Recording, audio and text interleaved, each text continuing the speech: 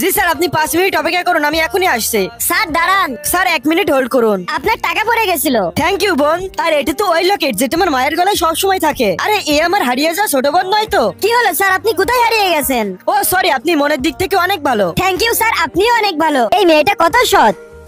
ঋতু, তুমি অফিসে বলছো, আমার এখানে কিছু কাজ আছে। ঠিক আছে বস। আমি এক কাজ করি, মায়ের কাছে কল দিয়ে শুনে নেই।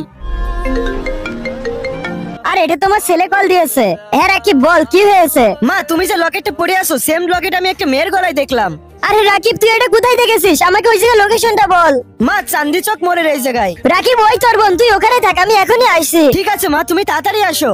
আল্লাহ, তুমি আজকে এই বুড়ো মায়ের আত্মনাদ শুনেছো? আরে বোন দাঁড়াও, আমার তোমার কাছে কিছু শোনার আছে। হ্যাঁ ভাইয়া বলো। বোন, তোমার গলায় যে লকেটটা রয়েছে এটা তুমি কোথায় পেয়েছো? আরে ভাইয়া, এটা তো আমার মায়ের শেষ স্মৃতি। ছোটবেলায় আমি আমার মায়ের থেকে হারিয়ে গেছিলাম, আর আমার কাছে এই শেষ চিহ্নটাই আছে। যারা যারা মনে করো মায়ের পায়ের নিচে জান্নাত হয়ে থাকে, তারা ভিডিওতে লাইক করে চ্যানেলটা সাবস্ক্রাইব করে দাও, আর কমেন্টে আই লাভ ইউ মা লিখে যাও।